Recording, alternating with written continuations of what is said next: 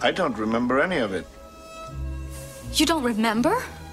For you, the day bison graced your village was the most important day of your life. But for me, it was Tuesday.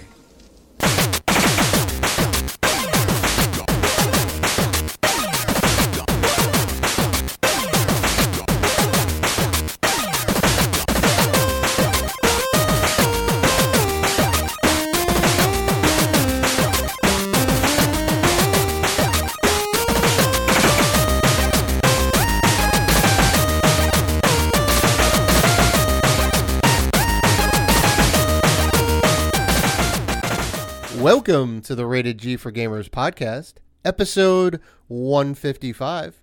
Just a reminder before we start that you can find us on Facebook, Twitter, Instagram, YouTube, and Vero at Rated G for Gamers. You can always email us at info@ratedgforgamers.com. Please rate and review us on iTunes and Spotify. We appreciate all the love. Also, we are now part of the Gaming Podcast Alliance. Check out all the fine podcasts featured on there. Like Precisely Podcast. Tony and Bo are your hosts. Join two friends as they drink beer and discuss video games. I am your host, Dave Bertino. This is my co-host, Dan, the podcaster, formerly known as Classic Robinson. What's going on, man? So I saw, I don't know if you've seen Captain Marvel yet. I have not. No spoilers. No spoilers. I was supposed to, but something happened where I couldn't see it. It's fine, Dan. I respect that you haven't seen it yet. The movie is brand new. It is good. It is very good. It is entertaining, and it definitely ties into the MCU universe very nicely. How does it? It should feel weird to see Samuel L. Jackson with no patch. It is. They acknowledge that. And that's all I'll say about that. Okay, wait. I'll put it this way. You don't have to tell me how, but do at some point I know how he gets the patch. Yes. Okay. Yes. That 100%. Yes. They tell that in the Captain Marvel origin story. So it is also the eye patch origin story for Sam Jackson. Gotcha. Well, Fury, Nick Fury. Yeah. Now I gotta be honest. When I first saw the trailers, I was like, "Am I watching a Triple X trailer?" Because Sam Jackson looks just like he looks in the Triple X movie. Oh yeah, he looks young.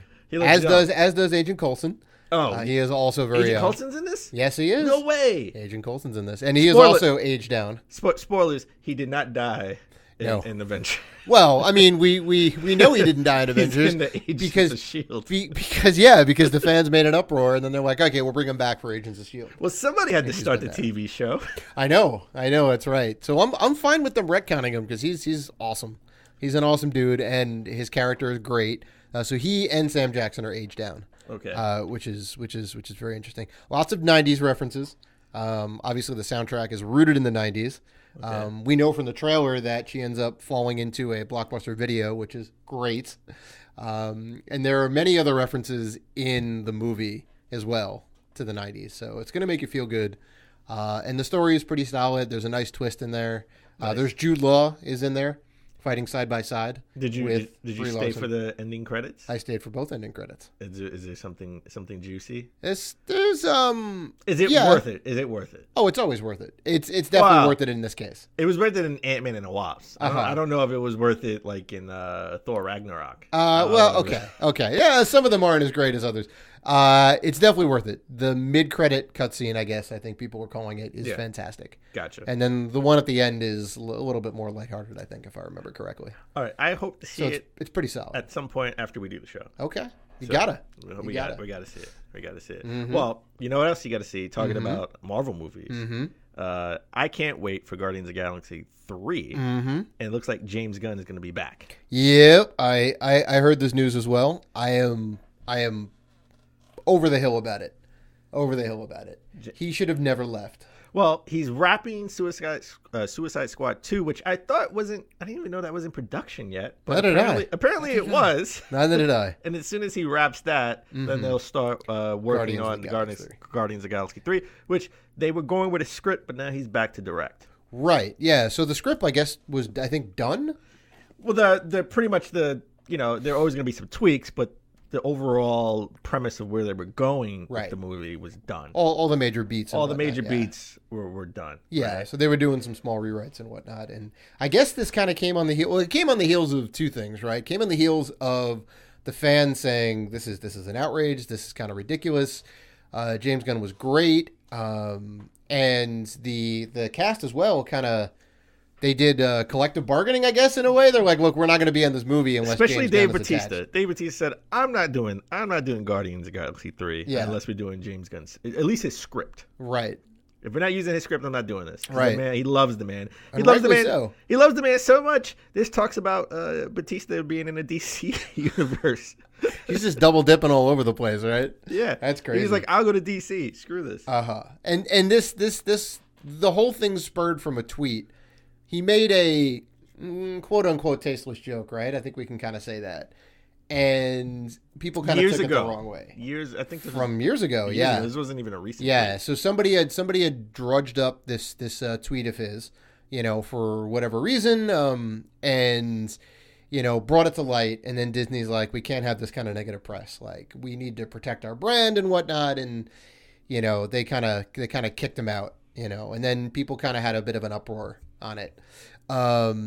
So like, it's interesting. Later in the show, we're going to talk about kind of mob culture and all that, and we're going to talk about the kind of the reaction, what people had to it, and how kind of in general, how people react when sort of something happens and we don't get the whole story. Yeah, Right. And there's sort of a mob mentality.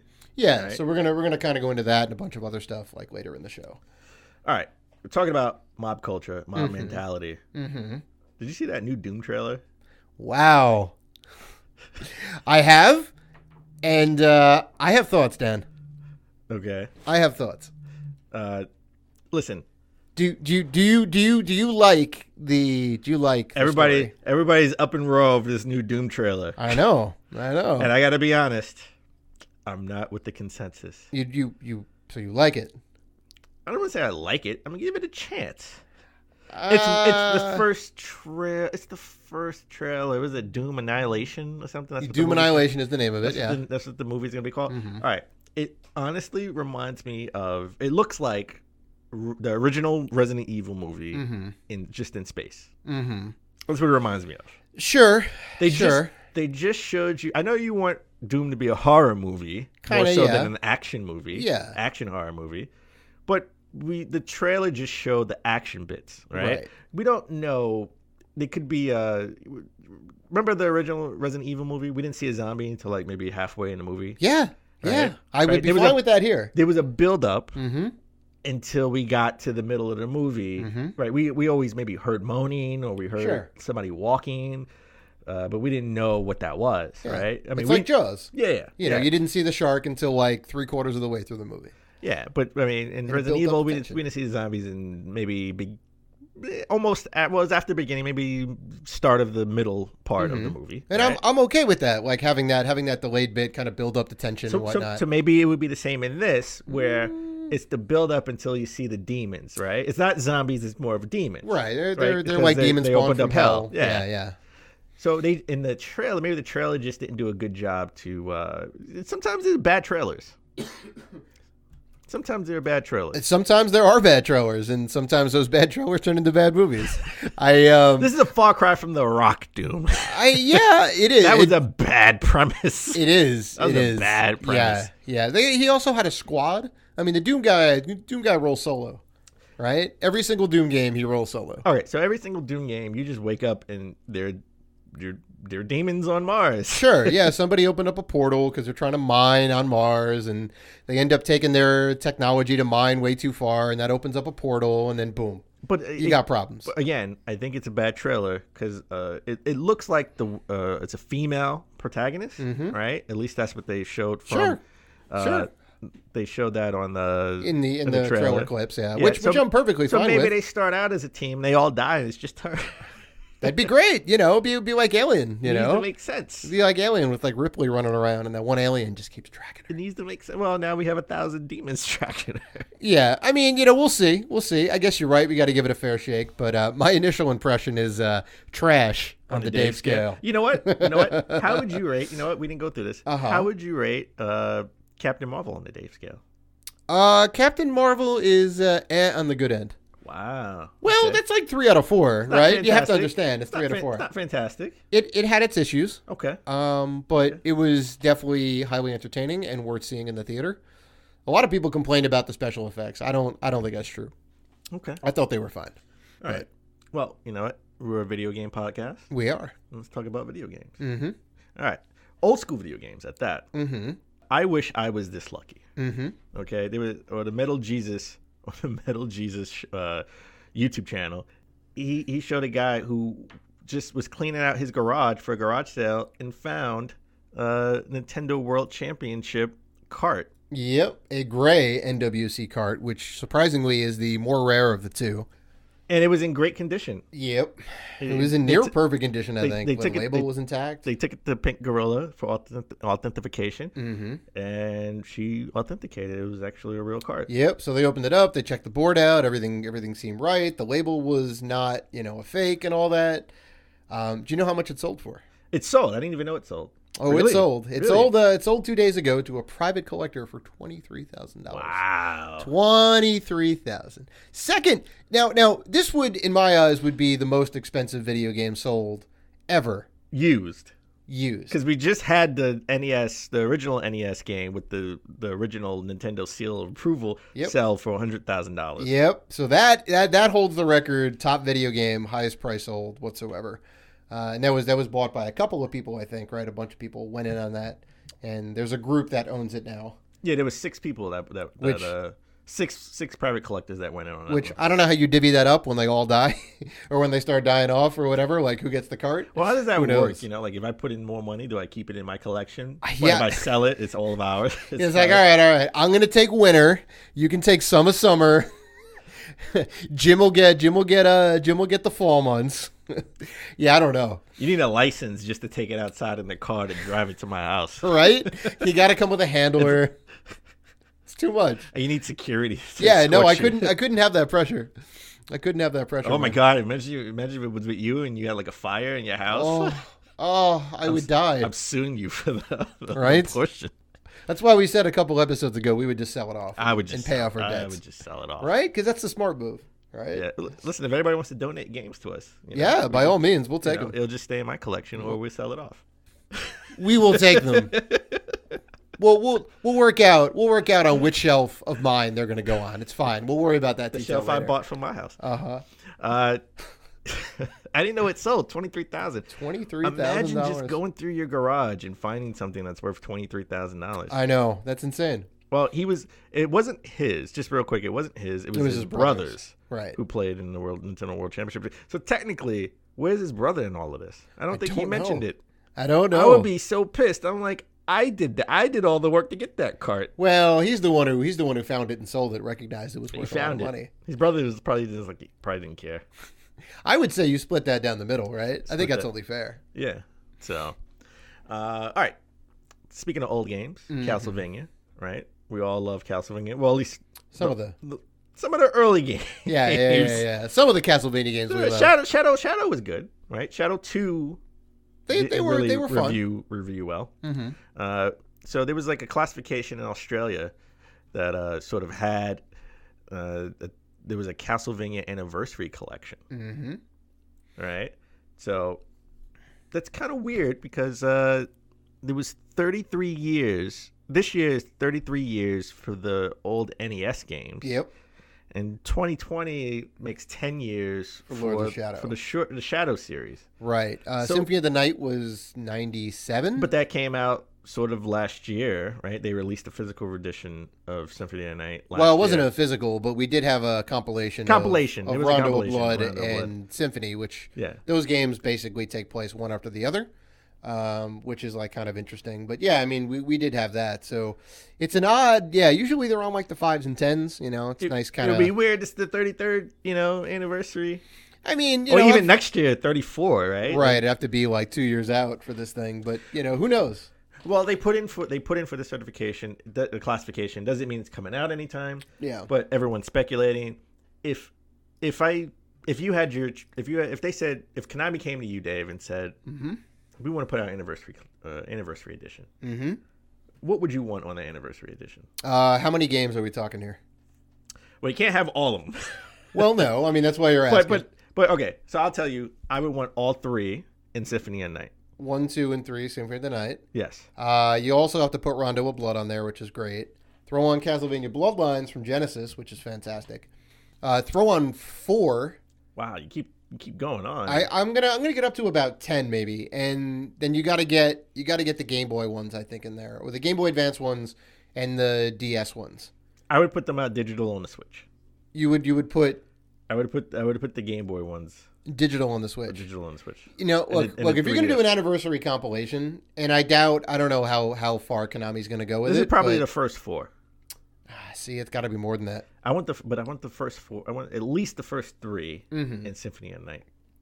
Yeah, those would be great. Yeah, I mean, I really want them to do like a comprehensive, maybe like anniversary, the early years or whatever, right? And then have the notable entries of that time, right? 1, 2, and 3, right, are definitely like super big. I would throw Castlevania 4 on there too. And Symphony, you get like those like 5 games on there. That would be like, that'd be pretty awesome in my eyes. And then you have all the Nintendo 64 games as bonuses. No?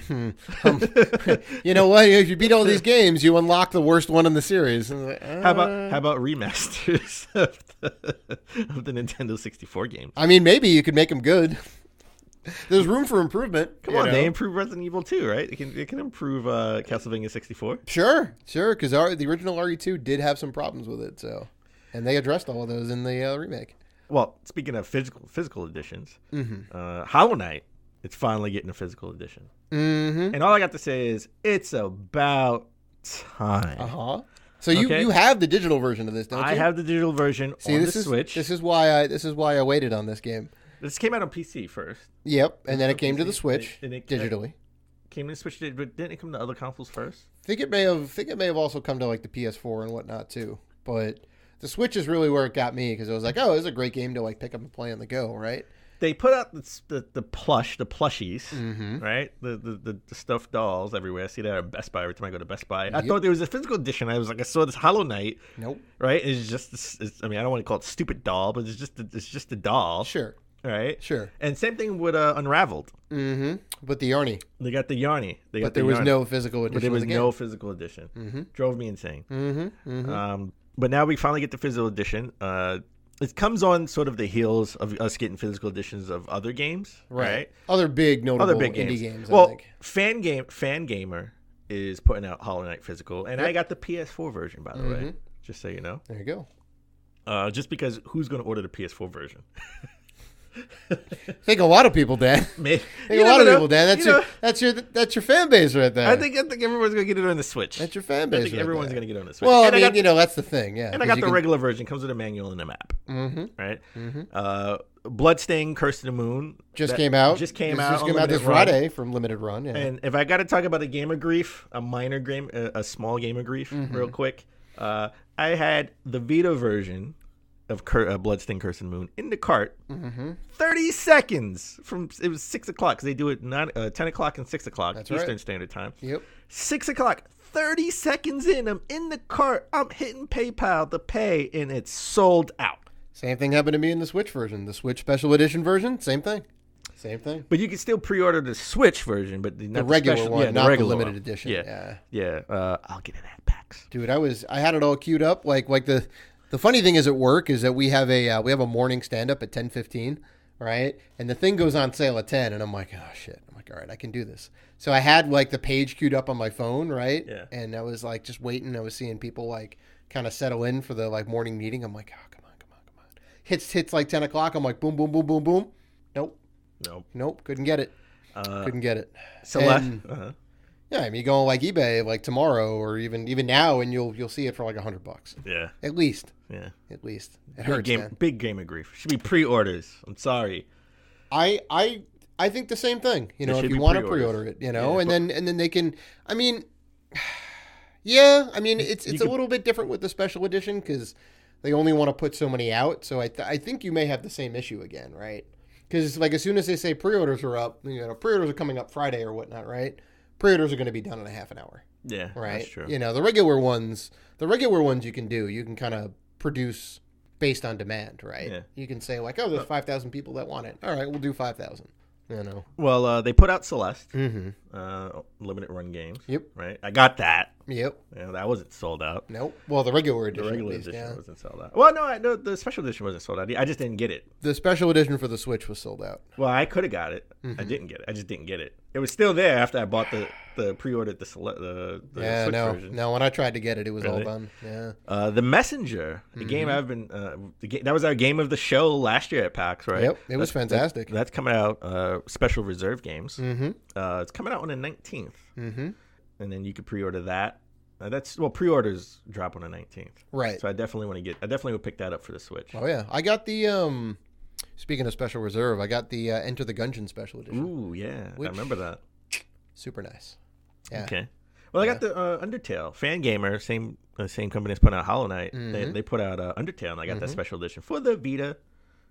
Now we're getting our first Wii U game from Limited Run. That's so weird. We're getting our first Wii U game. They're just trying to make the most esoteric. Well, Axiom Verge games. was promised physical for Wii U, and midway through that was canceled for obvious reasons. Yeah. I have the special edition that wasn't put out by Limited Run Games. I have the special edition for the Vita.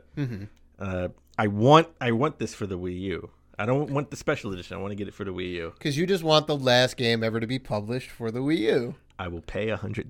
Oh my god! Why did they bring this back? I will pay. Why did they bring this back? Verge is a fantastic game. But, I was all about that game when it first came out. But if you don't have the means to play it, which nobody will because nobody owned a Wii U. 3 million people have the Wii U. 3 million people bought the Wii U, and they've also promptly sold the Wii U because the Switch is infinitely better. So now it's still 3 million people. I don't know. It just seems like weird. I mean, obviously they've crunched the numbers on it, but it just seems so weird to me.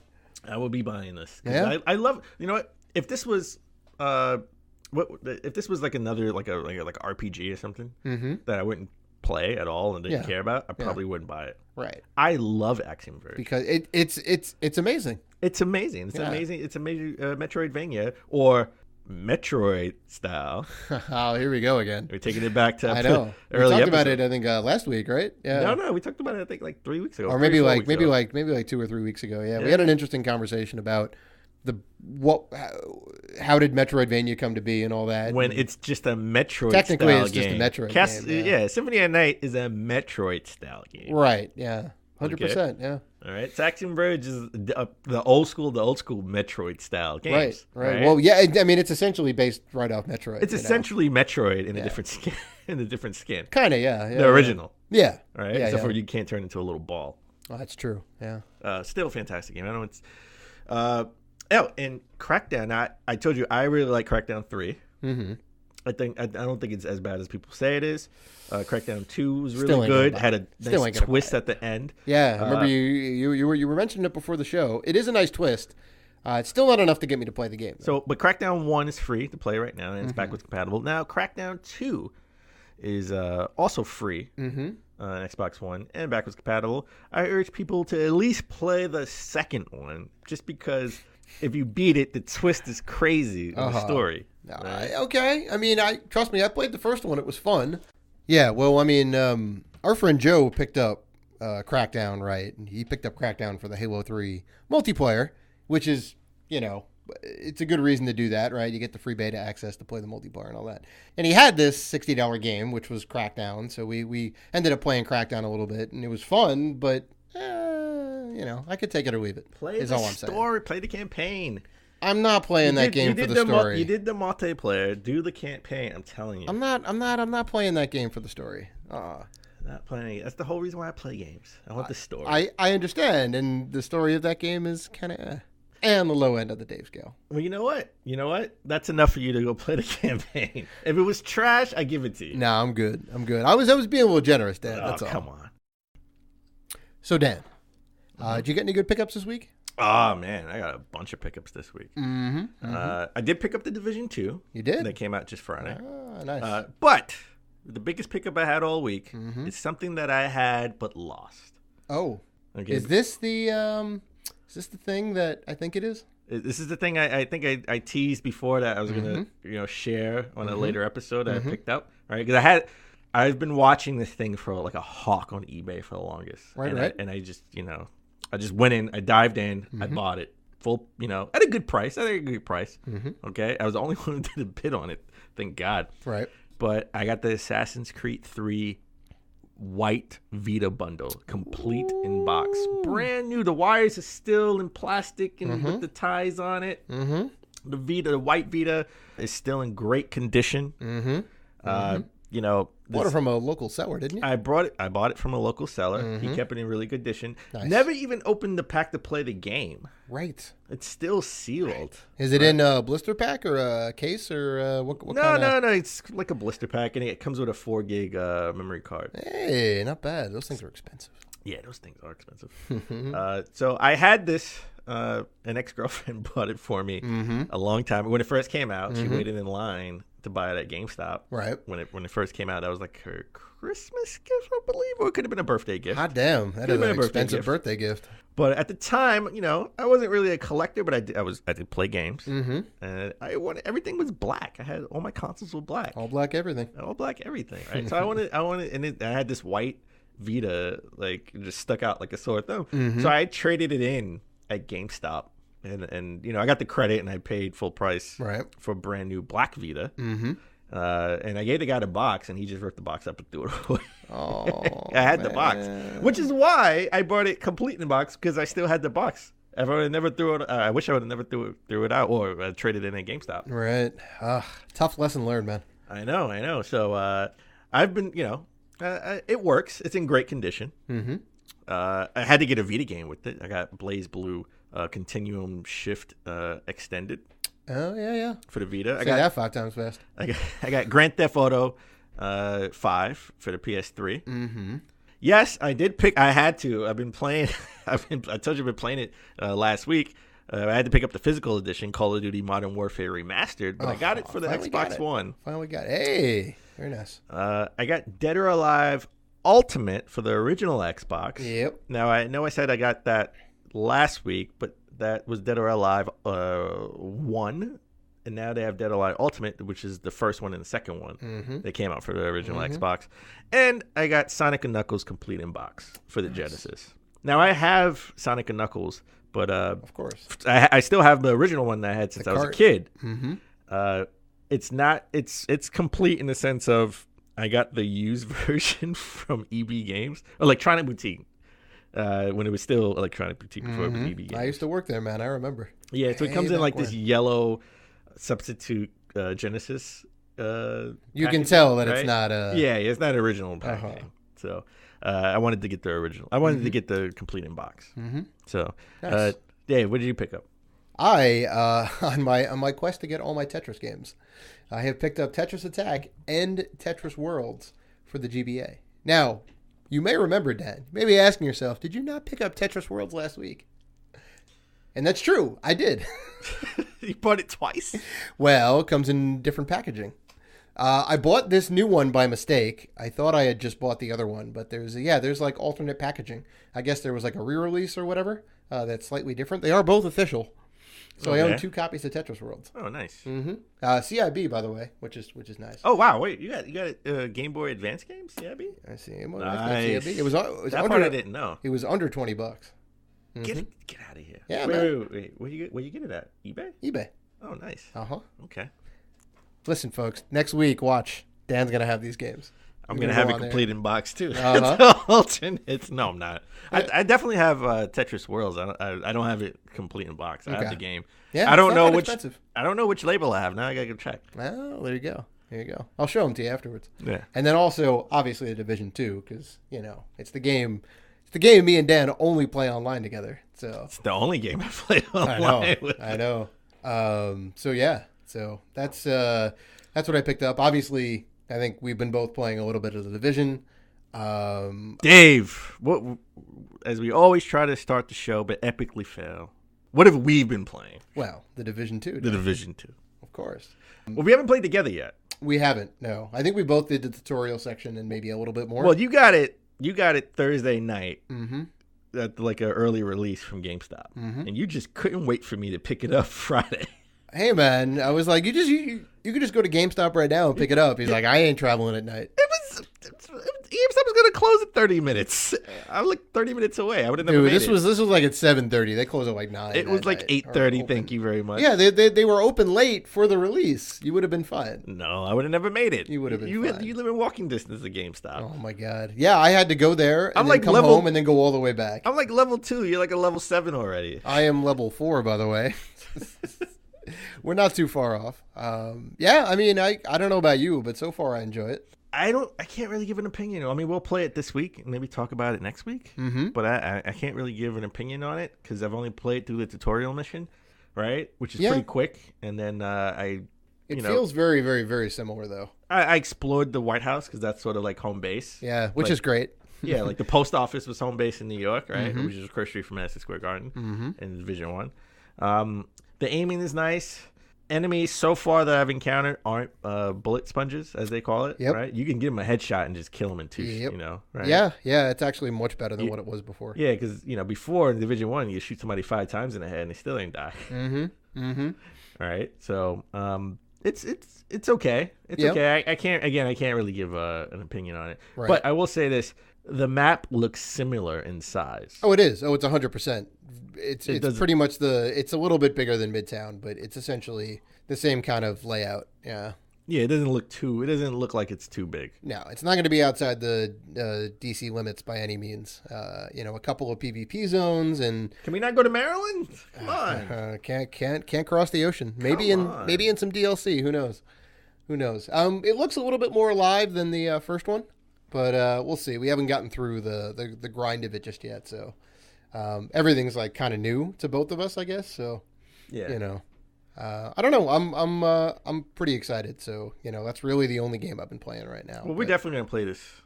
Hopefully, we'll get a chance to play it a lot more this week. Right. So besides the Division 2, Dan, have you been playing anything else? I've been still chipping away at Devil May Cry 5. Right, on Xbox One. Are you enjoying it any more than?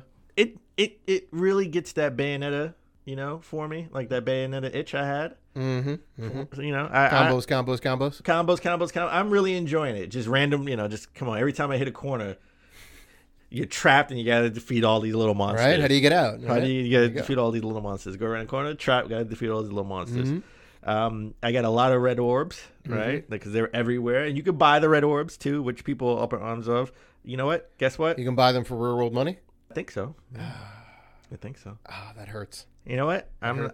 They're so readily available, though. To be honest, it's you could just that's like the secret, like little secret passages. I'll like do like a double jump somewhere I didn't even know I could do. And then you'll find a bunch of red orbs. Oh, I got red orbs over here. So you can do some exploration, just to find red orbs. I'm not too upset about that. Okay. I am playing it on easy, so they're not throwing. I'm guessing they're not throwing like crazy amounts of monsters at me, right? Only because I need to get through the game because we're going to play the Division 2, right? Sooner than later, I hope. Sooner than later. That and I was simultaneously playing Call of Duty Modern Warfare Remastered. Simultaneously, like you had one hand on the Xbox controller, one hand on the PS4 controller. Yeah, I had the Devil May Cry 5 paused. And I was playing Call of Duty Remastered. Were you? On the PS4. No. Yeah, I was. Oh, my God. And then after that, after a mission, I would alternate. Talk about mixing it up. Mixing it up. That's a combo and a half right there. So I actually finished Call of Duty Modern Warfare Remastered on the Xbox One. I mean, on the PlayStation 4. Great game. I can see why everyone loved the Modern Warfare series, or how they fell in love with it. I think I beat it. When did that come out? I think I beat it. Modern Warfare, like 2007, 2008. No, I didn't play it. Yeah, and it's my first time playing. Hey, you know what? Modern Warfare 2. Modern Warfare 2 was about a year or two later. That's what I played. I didn't play the first one. I have it in the collection. I just didn't play it. And it's great. Surprisingly, I've been playing Star Wars Republic Commando for the Xbox One. It's backwards Xbox One or the original Xbox? Well, I've been playing it on the Xbox One. Right. Oh, because they ended up making it. It's backwards compatible. Okay. It's actually free. Xbox Game Pass or Xbox Live. Xbox Live. Right. Live with Gold. So I've been playing a little bit of that. Mm-hmm. I remember playing some of this back in the day, and I remember I thought this was like the greatest thing. I was like, oh my god, the graphics. It definitely doesn't live up to it. Oh, of course not. It's not remastered, But still going to have the same shitty textures and the same like blocky characters and whatnot. Like, oh my god, it's a first-person shooter in the Star Wars universe. Sure, this is great. Sure. And you have a team, and you can direct them where to go. I could tell them where to go. Yeah, that was. God. I mean, it got really good reviews at the time. People seem to be about it. So I've been playing that like crazy. Ah, that's awesome. So, all right, why don't we take a break? And when we come back, we'll get into the top 10 gaming news of last week. And in the Convo of the Week, we discuss mob culture as it relates to video games.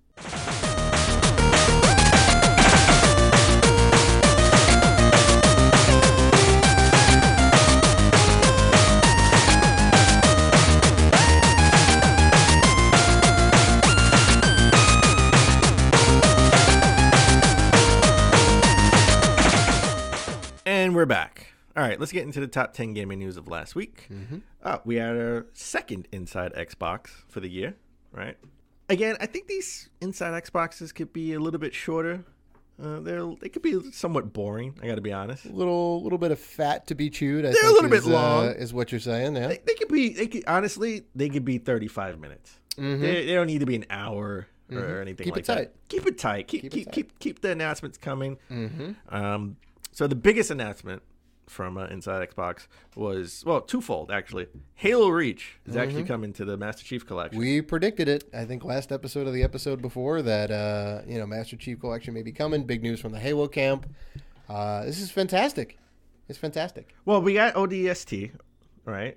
That came out a couple of years ago, and everyone was asking for Reach. Yep. Right? So now we have Reach. If you and it's on Games Pass. Right. If you have the physical edition, I think they said it's DLC. It comes as DLC. Well, it comes as DLC, but the multiplayer is free, and the Forge mode and theater are free. The single player campaign is DLC that you need to download, which kind of makes sense, I think it should have been the other way around, right? It should have been a campaign. If you want the multiplayer, that should be DLC.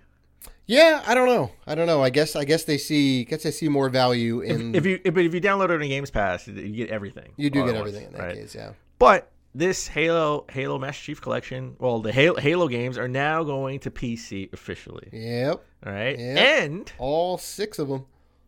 And I don't think it was all. It is. Because it's 1 through 4. 1 through 4. Oh, and ODST were in the original. And ODST counts because that had its own single player component. Yeah. And then now Reach is now the 6th. All 6. Yeah. But they're also going to Steam.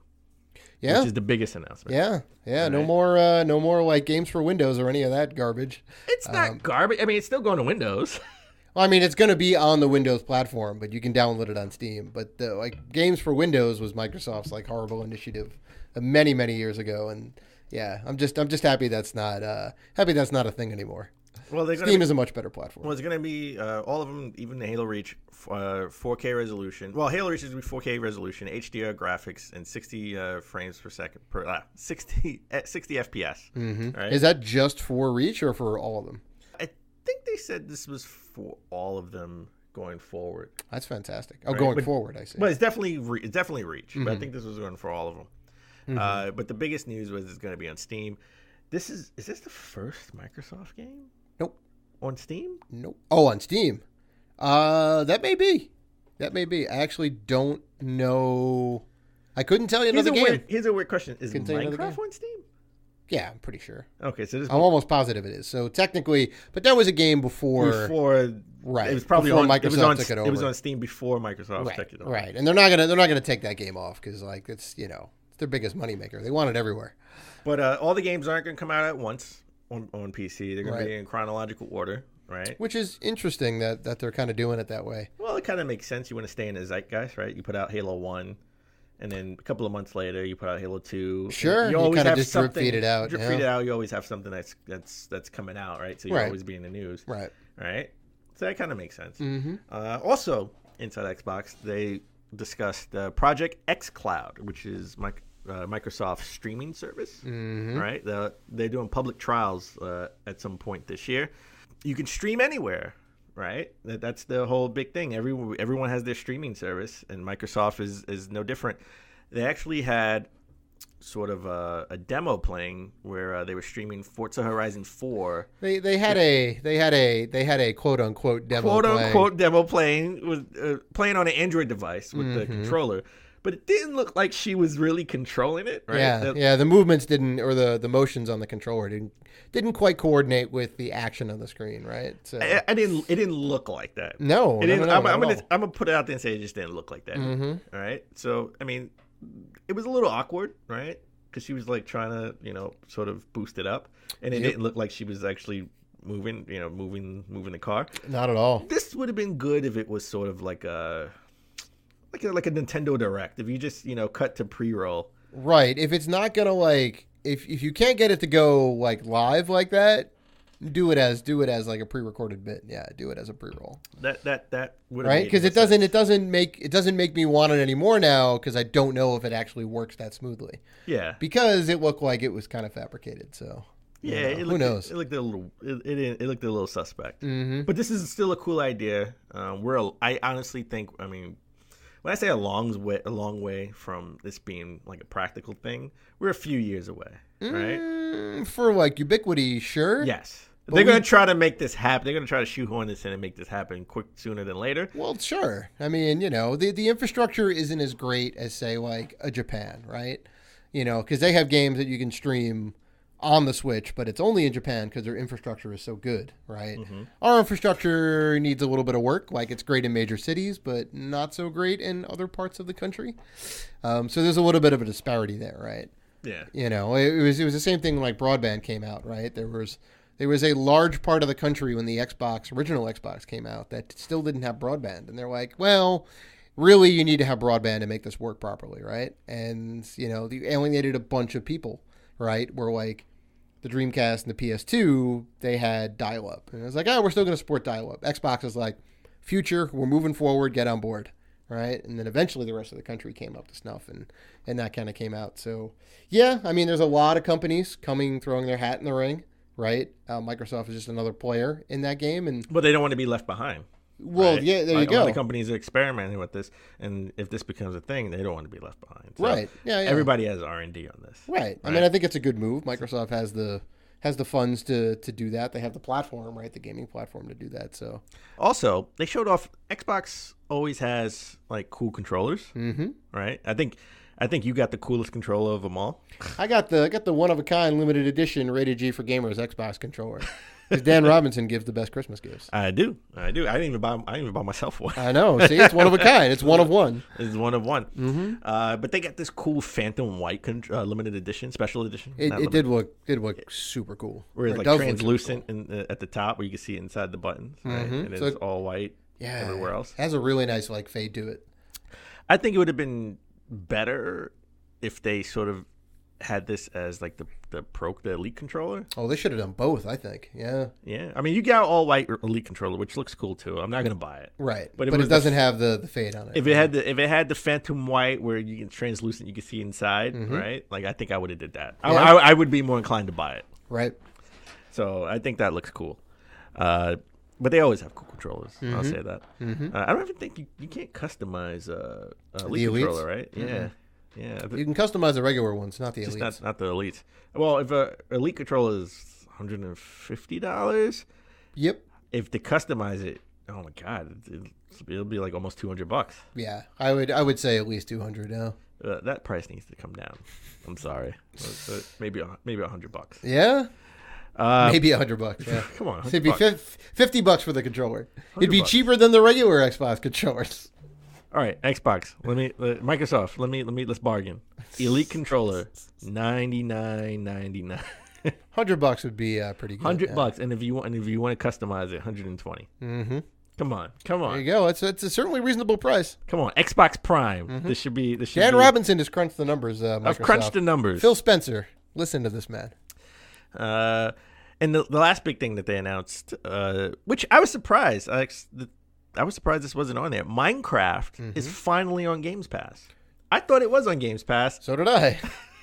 Why would that not be your flagship game on Games Pass? The game that you own that you want everybody to play everywhere. Yeah, this should. Why not just make it free? This should have been like, you would think this was one of the flagship games that they had on Games Pass, right? Because they start with 100 games. Right, they have 100 games now, right, or over 100 games. Right, I would think Minecraft should have been one of the first 100, right? Yeah. First 10, not even. It would first be 10. the first. It should be the first one because they had this property before Games Pass came out. So, yeah, who knows? That was weird. I always thought it was going to be on. I always thought it was on there. Mm-hmm. But you know what? You can play Minecraft anywhere. You can play it on the Switch, right? Mm-hmm. So. Another game you can play anywhere. Literally, you can play it anywhere. You can play it on your phone. You can play it. You can play it on Xbox, or you can play it on the Switch, and that's Fortnite. Mm-hmm. So, Fortnite, a game I tried to play on the Switch. Mm-hmm. I just don't get the appeal personally. You don't like online competitive shooters or online games in general, typically. So, I tried. Listen, I think I gave it the good college try. I was playing Fortnite for a good 30 minutes, and I was bored. No one shot me. I was shooting at people. Right. I was building a house. I don't know what I was doing, I'll be honest. It's a solid game, like gameplay wise, you know. Well, Fortnite was the first. No, Minecraft was the first game to have cross-play support with Xbox. Right. That's right. Yeah. And Fortnite, you can do the same thing with Fortnite, but they've now sort of switched up the crossplay on Fortnite. Crossplay is being separated, so now if you're playing Fortnite, you can play PS4, Xbox One, and PC players, and if you're on a Switch, you can play with other mobile players. Right. That's So technically, there's no more cross-platform play with console or PC and mobile. Right. Right. Right. It should be unless you have friends and you do an invite, right? But if you're just being matched up, you're not going to be matched up with console players if you're on the Switch, right? So and they said there was a lot to do about frame rate issues, right? There was issues with the frame rate playing on the Switch against people playing against Xbox One or PC. That means their game code and/or their net code is kind of trash. I would say that. Really? Well, sure. I mean, there's no reason you can play the game on mobile, right? And they've put out Fortnite on mobile, and they're pushing it like crazy. It's not a downgraded experience. It is the game. Controls are awkward because it's on the phone, sure, but you can still play it. The Switch version should be just as good. It should be smooth. Like it's not. The graphics aren't crazy. The game is designed to be streamed. Right? So they want a low to mid-tier PC to be able to run this game fine so that streamers can go and stream the game, right? So they're not trying to go for the crazy graphics. They make it all kind of like single color, cel-shaded style, right? Keep it fairly simple for what it is, Yeah. I mean, if anything, I would think that the PC and the console would be separated, right? Because the mouse and keyboard always gives you the advantage, right? The console using the analog stick, it's hard to swing your gun from one corner to the other. There's momentum, right? It takes a little bit of time to get there. So I see why they did it because there's a performance issue, but I would say fix the performance issue and don't segregate the fan base. I have it. I do you one better. Okay. Give me the choice. Oh, of playing against other people or playing against mobile only? Yeah, give me the choice. Sure. Say, hey, look, for fairness, console players play against console players, PC players play against PC players, right? And mobile players play against mobile players, including the Switch. Sure. If you don't want that, you could take that. You could sort of uncheck that box, and they'll match you with anybody. And if you want to get your proverbial, if you get your butt handed to you by a PC player if you're playing on the Switch or your iPad or anything like that, sure, then that's your choice. Sure. Right? Maybe. Yeah, I mean they have enough players to do that. They have a hell of a ton of players. Right. So they could effectively do that. So yeah. They could do that. But you know what? I'm just happy that you can play with Sony. If you're Sony, you can now play with everyone else in crossplay. Because they're always the last. Well, at least in the case of crossplay, they're always the last one at the table. Well, they're definitely the last one at the table. But speaking of Sony, you want to talk about last one at the table? They were first one at the table. They were so first, they didn't even know they were at the table. Let's get into our lead story. Explain, Dad. The lead story was going to be, oh my God, Sony could be potentially buying Take-Two, right? Which means they would have all the 2K games, right? Wrestling and basketball, and they would have Rockstar games. They would have Grand Theft Auto, Red Dead Redemption. They would have Rockstar table tennis, Mafia as well. Yeah, we're staring at the poster right now. Yeah, we could add a PlayStation All Stars with Arthur Morgan. Arthur Morgan versus Kratos. That'd be fantastic. I was all set to talk about this. You know, should Sony do this? Is this a good idea for Sony? They have money in reserve. How much would Take-Two cost? All right, and would it be all exclusive to the PS5? And then we found out this is fake news. Oh yeah. This wasn't fabricated news in the sense of someone put it out there to boost the stock, because Take-Two stock did go up, by the way. Yeah, it did. I own some Take-Two stock then. Look at you. I was very happy about that. However, it went up a little bit. But this was an analyst who sort of had an off the cuff comment of saying he thinks Sony should do this. It would be a good move. It would be a good move if they did something like this. Sure. To boost up the next gen console, right? And then someone just ran with it, and the internet exploded. Yeah. So everyone was like, "Oh my God, Sony's going to buy Take-Two." Nah, not so much. Honestly, no offense to Sony, I don't think they have enough money to do that. I think they have enough money in reserve now. Really? I do. Because that's like this is a multi-billion-dollar buy, I think. Well, right? Xbox has lots of money in reserve. They were actually there were talks about them buying EA. Right. And EA, they have the Star Wars license. EA is huge. They have Madden. They have all the sports stuff. Yeah, they have exclusive football rights. They have exclusive football rights, and they have a big library. The BioWare, right? Anthem before Anthem was before Anthem came out, it was a bust. Yeah. Right. So and they didn't do it, but they could. Right. The whole thing is they could and would they, and they ended up just buying other smaller studios. Right. And then open up a whole bunch of other studios. Right. Which I think is the better buy, because that reinforces that we have exclusives coming down the pipe for the Xbox Prime, which by all intents and purposes I think is going to be the name. We're going to go with that. We're just going to call it the Xbox Prime. I think so. We're not going to say this is what we think it is. We're going to call it the Xbox Prime. You know why? It is the Xbox Prime. Because when they come out and say the Xbox Prime, guess who was right? That's right. Rated G. Yeah. until it comes out as the Xbox 2. Yeah, right? No. It won't be. It won't be the 2. It's going to be some sort of whole number thing. Xbox circular. Trinity? Maybe. But Trinity is 3. Yeah, but this is the third X. Well, yeah, you're right. This would be the fourth Xbox. It would be the fourth Xbox, yeah. Xbox Quadrilogy. Well, according to you, the first one didn't count. Well, the first one was trash, Dan. On the Dave scale, yeah, it was pretty bad. You were wrong. You were totally wrong on that. We're not going to get into that.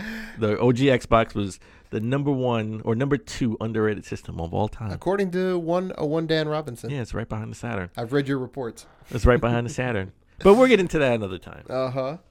I think, let's take it back for a second, right? Let's say Sony was in talks, or maybe had preliminary talks, because there's always preliminary talks about everything, right? To buy Take-Two. I don't think they would make it. I don't think they would make a game like Red Dead or Grand Theft Auto exclusive. Because you are 100% right, because they wouldn't be able to get their money back, I don't think. For a big acquisition like this, they would have to make it worthwhile, right? They would have to make it multi-platform. 100%. Yeah. Right? They would lose out on a third to a half of their fan base. And then you see that big Sony logo on your Xbox when the game boots, right? Which is the whole reason why they don't want to do cross-play with Microsoft, because they don't want to see the Xbox logo. Right, because you got to log into your Microsoft Live account, right? Yeah, Xbox Live account. Yeah, they don't want that, right? So this would be like hey guys, you want to see our Sony logo? Even though Sony is publishing like mobile games, right? They are publishing smaller mobile games too. Where getting in on that Nintendo money. But it's fake news. It's not real. It was good to speculate for a week. Yeah. Good thing we're doing the show now and not 3 days ago. Right. Exactly. It's fake news. Man. All right. we talked about EA. Maybe Xbox could have bought EA, right? The former Ubisoft and EA executive Jade Raymond, she's now joining Google. Right now, if you don't know who she is, because I certainly didn't. That's fair. She's a 20-year veteran in the gaming industry. She worked at Ubisoft as executive producer and co-creator of the Assassin's Creed franchise. Yeah, I think she was like the main producer on the original Assassin's Creed. That sounds about right. Yeah. She was the general manager of Ubisoft Toronto, and then she worked at EA, and she oversaw EA's Motive Studio, PopCap Studio, and Star Wars portfolio. I don't know if that's a good thing or a bad thing. Depends on which Star Wars property she was handling. Maybe it was that fabled 1313 game. You keep bringing this game up. Hey, man, it looked awesome. I'm sorry. I'm real upset. This is before. I'm real upset. EA didn't have the license for 1313. Well, I don't know. Wherever they got 1313. R.I.P. I think she was overseeing the failed Amy Hennig game.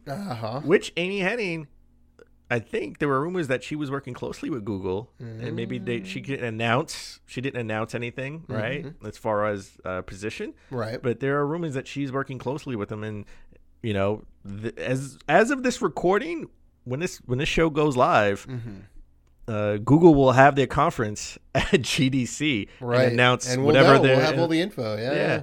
We'll have most of the info, I think. We'll talk about it next week. So you think possibly they're trying to build a supergroup to publish an exclusive game? I think they're putting out a console. A full-on console? Maybe a streaming box. It could be. It could be. Could be a streaming box. My money's on a streaming box for sure, with some exclusive games either bought outright or made in house, maybe. Yeah. I mean, well, Jade Raymond is a recent pickup because she left EA back in October of last year. Right? So, I mean, this shows me that Google is serious about getting in the gaming industry. Sure. Because they're getting a power player, right? Yeah. She's been an executive for over 20 years. Yeah. And overseen some of the major franchises. This is crazy. So, I think it's more. It has to be more. I hope it's more than a streaming service. Yeah? I hope it's more. I don't know. I don't know if we can have four. I don't know if we can have four companies in the mix. There's never been a time where we've had four successful development or console developers at once. Does it mean it can't happen? It's true, but it's gonna be an uphill battle. Even for Google. People said they couldn't have three, and Microsoft made that happen. Microsoft tried really hard to make that happen. That was an uphill battle, though. You know, they made it with the 360. I'll say that. You know, they made inroads with the original Xbox. Yeah. So 360. Google could be making inroads with this project, right? Yeah. And learn from their mistakes, and then the next project could be a heavy hitter. Sure. But I think they're trying to hit a home run out the box. I mean, if you have Jade Raymond, you have Amy Hennig potentially being in the fold. I'm excited. I just want more than a streaming box. Well, cross your fingers. I want to see a Google Games on a box somewhere at GameStop. I mean, yeah, there's gonna have to be some sort of hardware, you know, but I don't think it's gonna have a disk drive or anything else like that. But you know what? They can have all the heavy hitters they want. They can have streaming service. They can have physical, you know, like a box that takes physical media. It doesn't matter because it's all about the games. Yeah. What games are they gonna bring? It's always about the games, right? And the next rumor has it that they're partnering with Sega on the next gen console. Very, very interesting. You know, that they're gonna unveil at GDC. Will Sega be on stage and say you can play all the Sonic games and all the alternate Beast games? You're gonna have Sega Ages. You're gonna have Sega Ages on the Google platform. I mean, they already have a lot of them ported to Switch. You know, they did it with the Saturn. They did a little bit with the Dreamcast. I think the PS2 had Sega Ages games. I think we need more than that, though. It's nice to have all that. I mean, because you can play the Sega games on any system, right? They always make compilations. They do the Ages thing and this and that. Like, Sega games aren't hard to come by. The question is, will they have exclusives? Well, yeah. I mean, I think Sega it'd be good for Sega as a publisher or even a developer to make exclusive games for this system. Is this? We talked about Microsoft entering, the games industry, right, with the OG Xbox, which still sounds weird. I want to say Xbox One, but whatever. It is the OG Xbox. It's the OG Xbox. Right, they made a partnership with Sega. Right, they got a bunch of great games, exclusives. No matter what you say, Dave, great exclusive games to the OG Xbox. They had like two good ones, Shenmue and Jet Set, but Panzer Dragoon was good too. Stop it. Panzer Dragoon was okay. Not gonna get me to buy the system though. Dave, I'm sorry, Dan. I'm just being a realist in the situation. The game did not sell that well, and the reviews were not that good. The system was awesome. I have 3 of them now. You can say it's awesome. That's perfectly fine. But the second most underrated system of all time. I'm sorry. Oh my God. We're not gonna get into that. Again, we got into it twice already. All right. We're not gonna get into it again. We get into it twice. But could this be where we have exclusive games? Right? Maybe they bring some of. Maybe will they make it like a new IP, or will they come up with existing IP that will be exclusive to the game, the streaming service? I would say it'd be in their interest to do new IP. Really? Something that's exclusive to the system, 100% is going to be a boon for Google. If they're putting all their weight into this, like I think it's just a good move. Really? And Sega's the company to do it. Sega's not tied to any one system. They're not making hardware anymore. This is a chance for them to give some advice on the hardware itself. Well, why Sega of all companies to partner with? Why Sega? Well, who else would you want to partner with? Well, I think Sega's got both console and game development experience. I think it's strategic. They see how Xbox is struggling in Japan, right? And that's a huge gaming market. It is. Right? That Nintendo and Sony sort of have a stranglehold over. It also is a mobile market, mostly a mobile market, right? The Vita still sells thousands of copies a month. Right. Right. People like playing on the go. But they also have, the one thing that they all have are mobile devices. Right. So their network is their a lot better than ours. So that would lend itself to it being a streaming box in that case. And if they want to get into Japan, then Sega's the company to do it. And have exclusive new IP. Right. That makes sense. That the Japanese audience will gravitate to, and they wouldn't have to buy a new box unless they wanted to play it on their TV. Right. Yeah. A new IP. Like, what type of new IP do you think they would make? Something like Judgment? Possibly. Sega's new IP that's sort of like a Yakuza-style game. Right. That's out now, and supposed to be coming out here later in the year. Right. But that's been suspended. They've suspended digital sales of the game, and they're not shipping any more physical versions to retail because one of the voice actors on the game got arrested for suspicion of drug use. That is pretty crazy. They take a lot of things very seriously in Japan. Drug use is one of them, right? Tattoos are another thing too. They're very verboten over there. They don't like people with tattoos. Really? So yeah, I mean, if you have, it's funny. Speaking of the Yakuza game, all the Yakuza people and whatnot have a ton of tattoos, but they keep them hidden, right? You can't see it unless they take their shirt off. Right. Typically, tattoos mean that you're in a gang and you're part of some sort of gang related situation, right?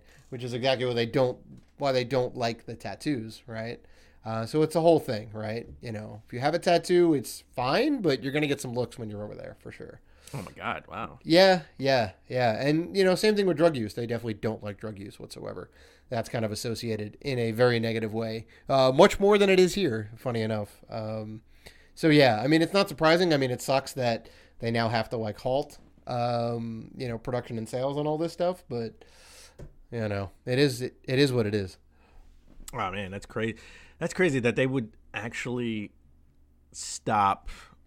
They would actually, okay, he wasn't convicted of anything. He was just arrested. Right. And they sort of just stopped. They stopped selling the game because of that. Because it has sort of a negative connotation with the game, right? Right. So he's a veteran voice actor too. It's not he's like some new guy. I think he played something in Kingdom Hearts 3 too, right? Yeah. It's funny. So what if like Nolan North was like caught doing like bumps of cocaine. I don't think they would never stop the sales. They would never stop selling the Uncharted games. No, but he wouldn't make another one. No, it would be a ton of negative press. He'd be done doing that, but they would still sell the game. They would still sell the game. Yeah. That's crazy. Right. So, all right. So we talked about Project X Cloud, right? The inside Xbox, right? That's Microsoft streaming service. Sony has PlayStation Now, right? That was that Gaikai purchase they did back, before the PS4 was announced, right? And we got Google, rumored to have their own streaming service, and they're not the only ones. I mean, we got Amazon, that's sort of rumored to have their streaming service, right? Got to be honest. Not a big believer in Amazon right now as far as doing anything other than what they do best. Why? They have a streaming service already. And they also own Twitch. They bought Twitch when it was popular, so it's not like they created Twitch from the ground up. Well, no, and they sort of, and people, during the summer we talked about them changing their services, right, with Twitch. If you have Amazon Prime, you used to get free games with Twitch, and they changed all of that, right? And people up in arms over that. Mob culture. We'll talk about that later. Right? But they tried to put out a phone that didn't work, right? I don't know how I like Amazon putting out new products. Look, I don't think they do a great job. Their streaming side of things is fantastic. Even the streaming side of things. I have Amazon Prime. I expect, if I have Amazon Prime, I can see all these movies. I type in a movie I want to see, an old movie, by the way, not something that's new. And it's like, oh, no, you got to pay $2. I'm like, wait, I have Amazon Prime. I should be able to see this for free. I know exactly what you're talking about. I can't. Yeah. And every movie I ever typed in, it's always, I got to pay. I'm like, then what movies can I see for free? I thought I could see movies for free. Yeah, I understand. This is crazy. I understand. What's the point of having it? They have HBO integrated. They have Showtime, Cinemax integrated. And then just stuff that, like, they don't necessarily have the rights to stream, but you can, like, buy a digital copy of it and whatnot. It is definitely a little bit messed up. But, I mean, when you can find something, it's pretty good, isn't it? I never found anything. It's all behind a paywall. I've watched some streaming stuff, either on my phone or on my computer or on the TV. It's all behind a paywall. It's never been an issue. It's all behind a paywall. No, they definitely have stuff. They have original programming, I don't want to see the original programming. Well, it's good stuff. I want to see some old cheesy sci-fi horror movies, man. Come on, I gotta pay $2. And then you got Verizon rumored to be getting in the streaming service. Sure. Which, how's that gonna work, right? I mean, Verizon's the biggest cell phone company right now. Has like a network, right? So I mean, they have the power. They just have to get. They have to get a good games. If they they have to get a good development team to make a good platform, and then what are you going to stream in that system, right? Yeah.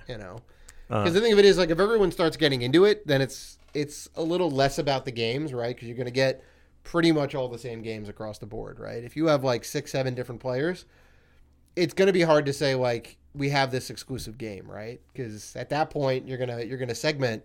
So there'll be 1 million people on Verizon, then 1 million people on Google, 1 million people on like Steam service.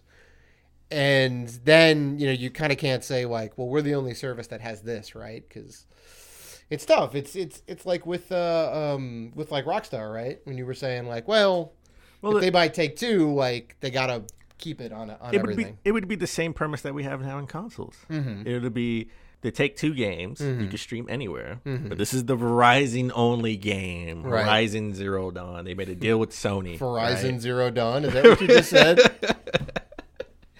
Dan, that's fantastic. I've been holding that one in. I was holding that one in. I love it. Mark this down, folks. Mark this down. Oh my God. Wow. I genuinely love that joke. That is fantastic. Horizon Zero Dawn. There we go. All right. They made a deal with Sony. I know. Yeah. That'd be fantastic. The only place you can stream this game on your cell phone is Verizon. Yeah. There you go. I love it. But let's not leave Valve behind, right? Valve had that Steam Link, right, that they discontinued, where you can only sort of stream games if you're at home from your computer if you're on the same network. Right. All right. So now they put out a new Steam Link, sort of a beta where you can sort of stream anywhere. All right. So they're getting in the stream anywhere business as well. So this is big. Now, my question or sort of my thoughts are, Valve is getting into streaming business, right? So now they're a platform, right? That's now actually going to get all the Halo games, Right. Now you can stream that anywhere. That's right. You can play Halo on the go. Right. So that's a good chess move, right? Mm-hmm. What is Epic Games going to do?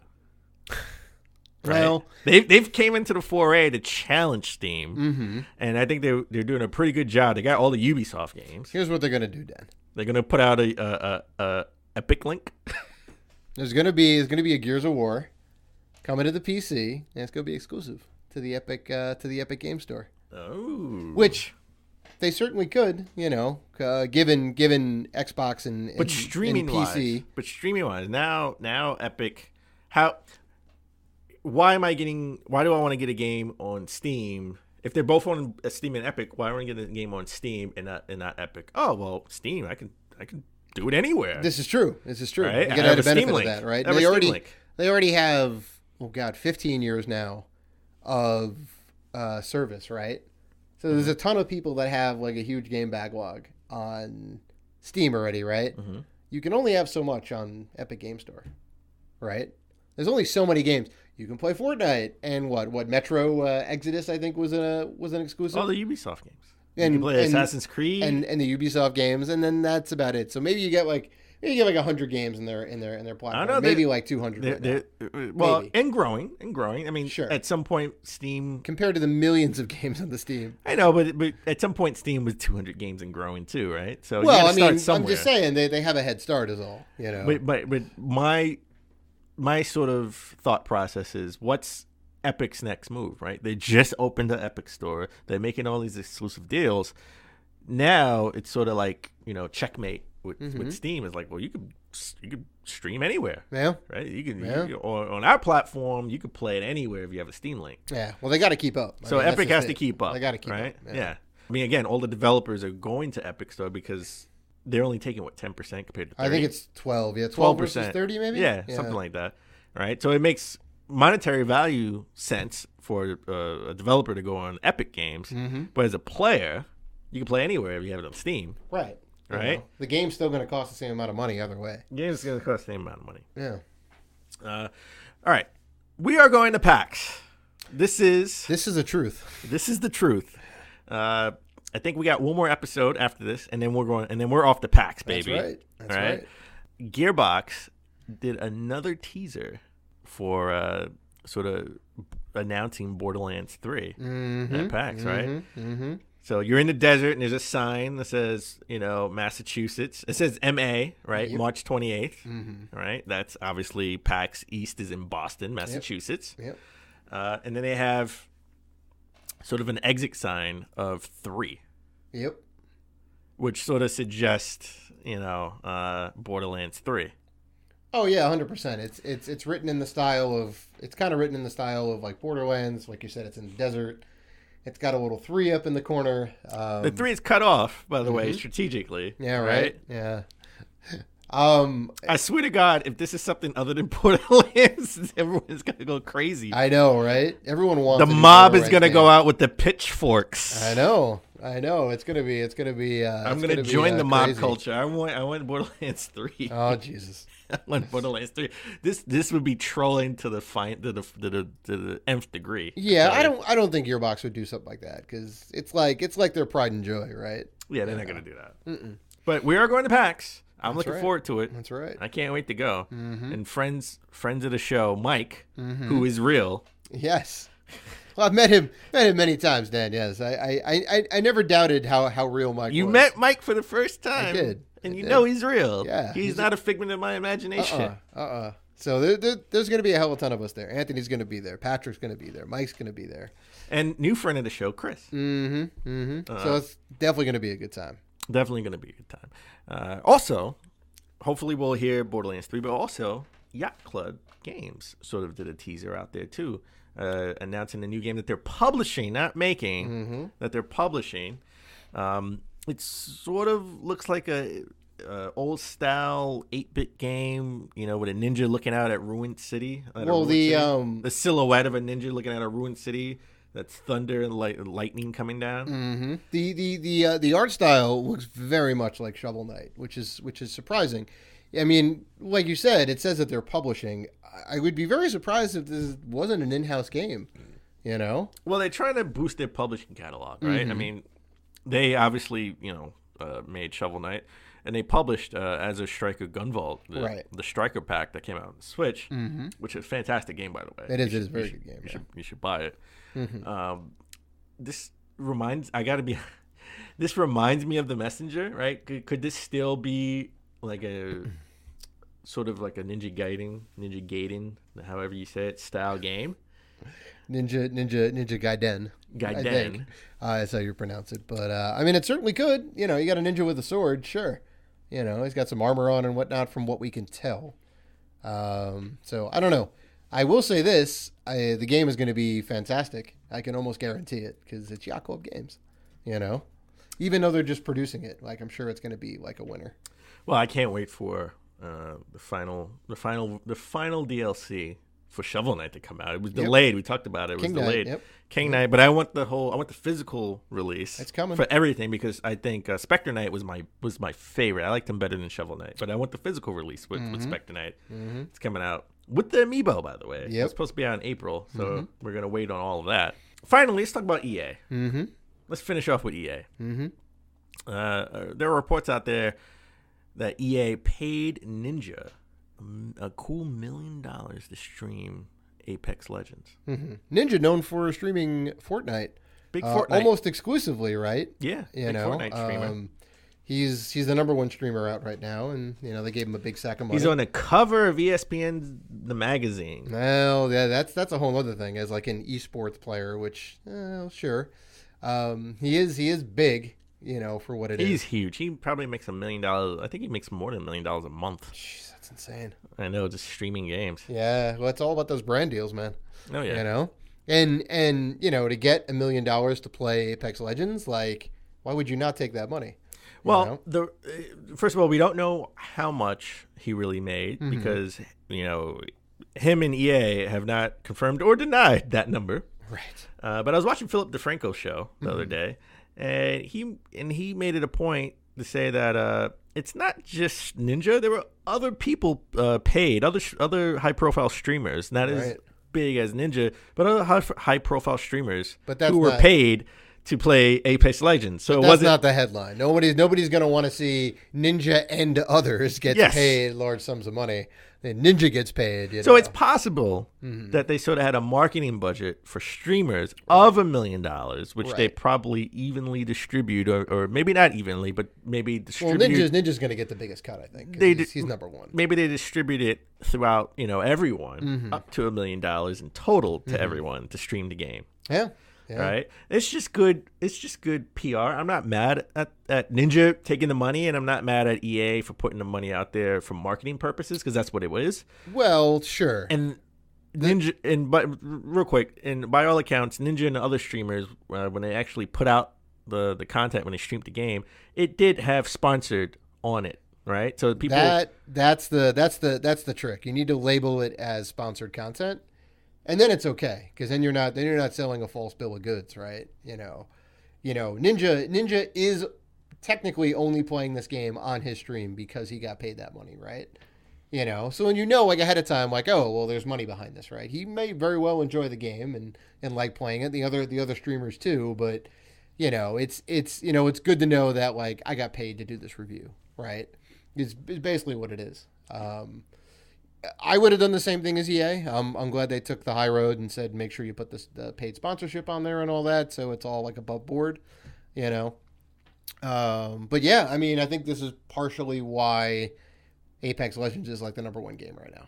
Yeah, no question, no question. This was an awesome chess move. Yeah, right. Yeah, to do that. So again, because they put sort of the sponsored label on it, I'm okay with it. Right. I mean, this happens all the time. I mean, you have $1 million in marketing budget, right? You're going to see ads out on TV. Yep. Right. And it's just, part of the course now that streamers are going to get paid to show their audience a new game that they potentially may like. And guess what? If you guys want us to talk about Apex Legends, we will gladly do that. We would gladly sponsor for you guys. Listen, not a paid promotion. I love Apex Legends. Really? I think it's great. You played it? Yeah. I didn't know you played it. Pretty sure I talked about it on the show. I don't think so. I don't remember that. I'm pretty sure I did. If I didn't, I played Apex Legends, Dan. Dave, what have you played? As we always try to start every show, but epically fail. What have you played? I'm almost positive I've talked about Apex Legends before. Wow. Old man Robinson over here. I have not. Well, you know what? I'm a GMG, baby. Old man Robinson. Yeah, you're a grandpa gamer. I'm going to be like, hey, Sonny, did you play that best game of all time, Super Mario World? Did you play that game, Sonny? It's incompatible with my current PC setup. All right. So we're gonna take a quick break. And when we come back, we're going to get into our convo of the week about mob culture.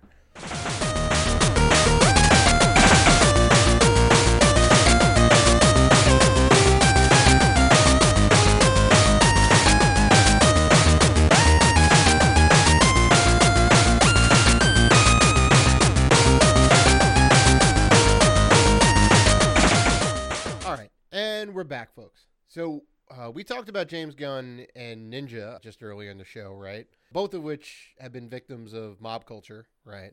And just to kind of like set the table, like mob culture, I mean, it goes by a ton of different names, right? It goes herd mentality and kind of groupthink. And, there's something that certainly has been around for a while, right? It's, somebody has an idea, rallies around a megaphone, gathers a bunch of people together and say, hey, like, I got this chant, this thing, this whatever. Here's this injustice. Let's go ahead and, like, fight for it because it's what's right, right? And it happened with Deadmau5 we talked about that a couple of weeks ago, too, right? Like 2 or 3 weeks ago, the whole thing with Deadmau5. Yeah, he said some things on Twitch when he was streaming Fortnite. And that kind of blew up almost immediately, right? That's usually how these things go. PewDiePie, right? Even PewDiePie went through that. PewDiePie on several occasions. Even recently something happened like last week. Unfortunately, the terrorist attack in New Zealand, and the guy said, I guess he was filming. And he said, "Subscribe to PewDiePie." So everybody jumped off, the whole mob mentality jumped off and went after PewDiePie like he had something to do with that. No, he didn't have anything to do with it. Like that's I mean, that's like a whole nother thing too. We don't want to talk about like who's right, who's wrong, whose side you pick. It's about the mob mentality of people coming together with their pitchforks without getting all the facts to make a sound decision. Well, sure. Right? Sure. I mean, I think I have to give credit to you, Dan. You're the lawyer instinct in you. You always say, now wait. I need to hear all the facts, right? Well, I work in the legal field. I've talked about it in the show several times. And I have a degree in sort of like the legal field as well. So I've studied the law on a smaller scale. I haven't, finished law school or anything, taken the bar, but I definitely have an associate's and a bachelor's degree in legal studies. And I've been working in the field for over 10 years. Right. And, one of the things that you do is you never jump to any conclusions until you get all the facts, right? Like when I come to my boss with an issue, right? This is a true story. Every time I come to my boss with an issue, the first thing he always says is, tell me the facts. I don't care about your opinion. Tell me the facts first. Right. What happened without any color. He doesn't want his decision to be swayed by my opinion. No, he wants all the facts before he can come to a sound. He'll say, what are all the facts? And when he has all the facts, he says, what do you think? And then he'll tell me if he thinks I'm going in the right direction or wrong direction with the issue. And I try to use that in my everyday life. I never want to just jump to a conclusion if something happens. If I tell you all the time when something happens and you're telling me you go crazy. I'm like, listen, I'm not saying you're wrong. I'm just saying I want to hear all the facts before I can make a decision.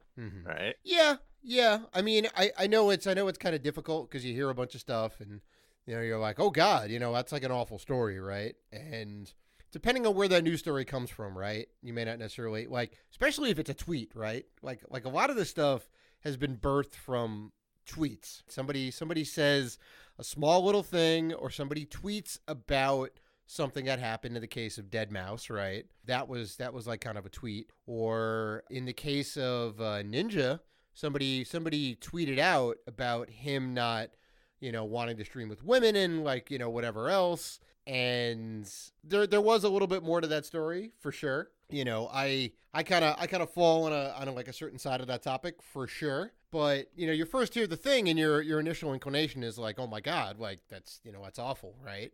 But maybe there's some more to the story. And there was a little bit more to that story. What happened with, look what happened to Colin, right? From, used to be from Kind of Funny. Yeah. We talked about Colin from Kind of Funny a couple years ago. That was around 2 years ago, International Women's Day of 2017. It was pretty recent, actually. It was pretty recent. I think International 2017 Women's Day just happened. Yeah.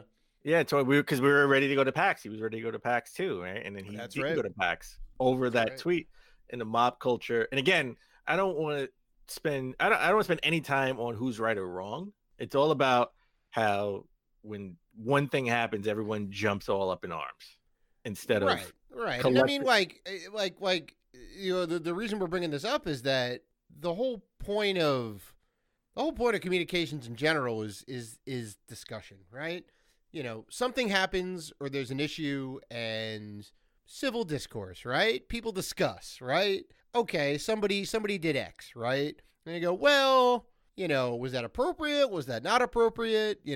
Especially in 2019, like you kind of have to weigh the issues, right? Not everything. I want to know. Everything isn't black and white, right? Well, I want to know. I never want to go crazy over snippets of something, right? It's like, hey. Someone will say, hey, this guy, somebody will tweet out, hey, he said this, right? And it's like, well, no, I want to know, was there any context to what he was saying, right? I want to know the whole interview. I want to know the whole interview, right? Because like in politics, people always take snippets of what someone says. Oh, yeah, of course. They make a commercial saying, he said this, or the president said this, or the candidate said this. Right. And it's not taken into context, and you don't get the full version of what he said. It's just a little snippet. Exactly. People get baited by headlines and this and that. It's definitely bad news, and it's not doing anybody anything, right? It's not doing yourself anything, right? Because you're not understanding the issues. You're not hearing the other side.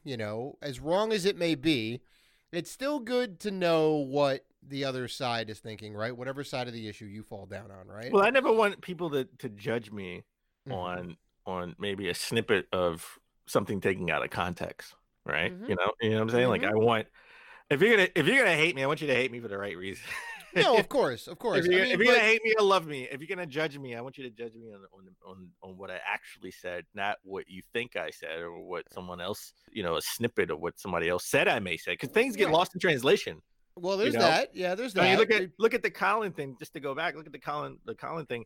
He said something that some people may think is a sexist tweet, right? And that's for you to debate amongst, like for you. It's for you to judge on your own.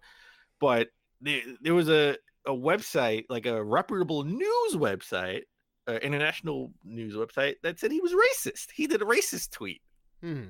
Right now, so all of that was corrected, that eventually was corrected. It took the reverse mob mentality, right, to have a wave go at that publication to print out a retraction. They didn't just print out a retraction because they felt the goodness of their heart, or journalistic integrity. It took people calling them out to actually put that retraction. Sure. I mean, it also goes in the other direction too, right? If you look at it goes in every direction. Well, sure. I mean, if you look at what Ninja said, right? He says, "Oh, I don't want to go ahead and stream with women," right? And he said that, and that's exactly what he said. And but people ran with that headline. That he doesn't. Sure, but I mean, he said it. It was a thing, and that's now out there, right? So like that's been said, he's standing by it, right? He's not making any apologies or mincing words or whatever. Like that is kind of what it is. And people end up reporting on it, and you can have your opinion one way or the other about it. and well, look, he said people ran with the headline that he said he doesn't want to shoot women, and not the whole context of, listen, this is the reason why he says he doesn't want to shoot women. Now, if you disagree, sure, but you could agree or disagree about the reasoning, but don't go crazy just over the headline. Get more context, get the facts. I mean, why is sure. he doing that? What prompted him to say what They asked him about it. Like, I mean, it was a question that was asked directly to him. I don't want to debate the facts of the case. I'm just saying, when I see a headline, when I saw the headline, I wanted more context for that. When I wanted to know, was he prompted to say it? I want to know everything he said and I want to know the context of how he said it and what he said it. Was he asked this? Did he just say it off the cuff? I mean, sure. And that's the right attitude to have, right? Like, okay, this thing went down. Give me all the facts. Let me get as much information as possible, and then I will make an informed opinion on what I think, right? And everyone is entitled to that, right? But let's take this scenario too, right? Because there's another. So let's take the Gamergate situation, right? And I bring that up because I personally feel that people took it too far, right? You can be down on whatever side you want to be down on, right? We said many times during this convo that it's not about who you think is right or who you think is wrong and what side you're on and this and that, right? It's about listening to the facts and this and that and kind of making an informed opinion, like after everything kind of settles and whatnot. It's like, oh, I heard all this stuff and see both sides and, here's how I fall down, right? And, somebody challenges your opinions, like you can have a civil discussion about that. And what isn't appropriate in any instance is when people do things like doxing, right? When they get somebody's information and they post it all over the internet, right? So that other people can go and harass this person in different forms and whatnot, right? And that's just that's not cool. The people that we're talking about here, they aren't criminals. They aren't mass murderers, right? They aren't anybody on that side of the spectrum, right? They're just people that either said something inappropriate or, was in a fit of emotion and went online and said this or whatever else, There's a whole lot of gray area in the middle, right? Not everybody is like the worst thing in the entire world, right? They need to stop without getting all the facts, going to demonize someone and harassing them. Because that's, again, like you said, that's not cool. No. Even if you 100% disagree with somebody, right? Like I can never really get behind that, right? And unless they're just really bad and they're like corrupting America or the world or whatever, right? If they're really that bad, or video games for that matter, sure. Like it's usually never that serious, right? Like people need to chill out, need to relax a little bit. It's like never that bad because you know what I would love, Dan. You know what my perfect world would be. No internet harassment? Well, no. I mean, well, yes, that too. But for people on both sides of the table on any particular topic, loot boxes, online streaming, whatever it is,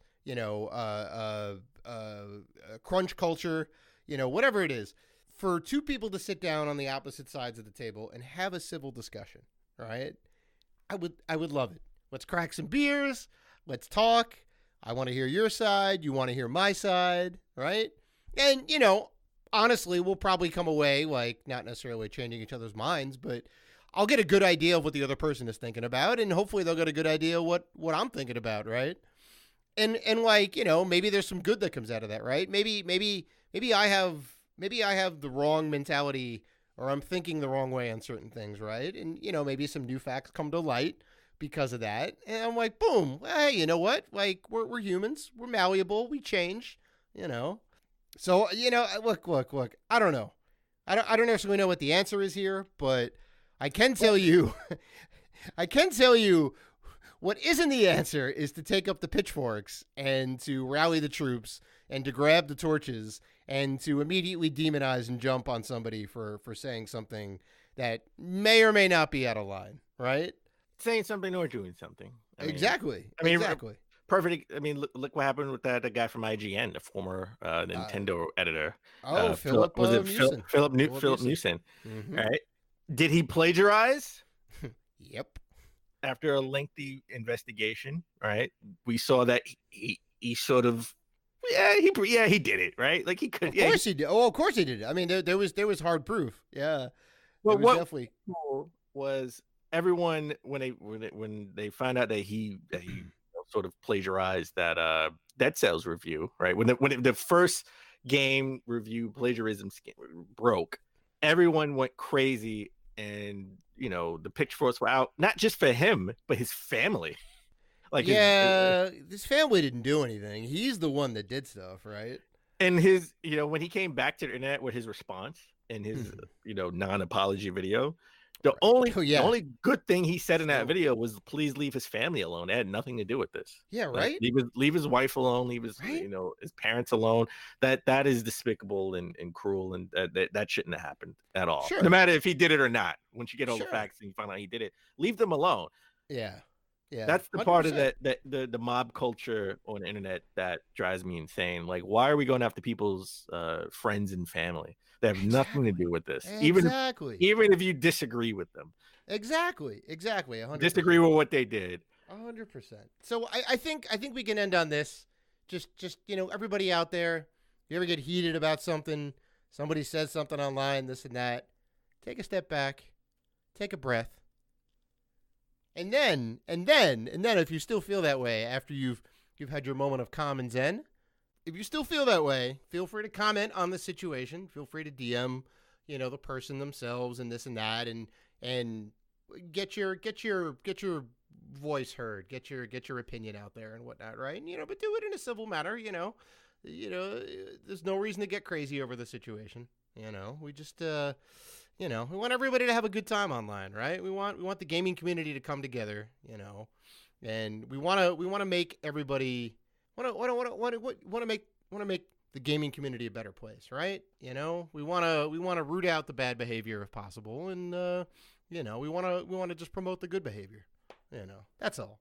So that about does it. That's that's episode 155. It's in the books. Thank you for sticking with us through the whole episode. Thank you for sticking with us and listening to our convo on mob culture, something we feel very deeply about, and we kind of just wanted to talk about a little bit. So if you want to interact with us, and we know you do, you can find us on Facebook, Twitter, Instagram, YouTube, and Vero at Rated G for Gamers. You can always email us at info@ratedgforgamers.com. Don't forget to check out the gamingpodcastalliance.com. There's tons of good content in there. Lots of good podcasts, lots of good people. Give them a listen. They will appreciate, and we will appreciate if you do that. So please listen, like, rate, review, and subscribe. And as always, keep gaming.